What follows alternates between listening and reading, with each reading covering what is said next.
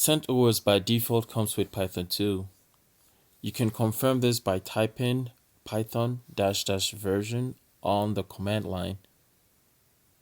To install Python 3, let's first add the inline with upstream stable repository. And we can do that by running yum install -y https centos7.iuscommunity.org/ius-release.rpm. And once we're done running that, we can proceed to install Python 3 by running yum install -y python 36u python 36u-libs, then python 36u-devel, and python 36u-pip. So with that installed, we can verify Python 3 is installed by just typing python 3.6 -- version.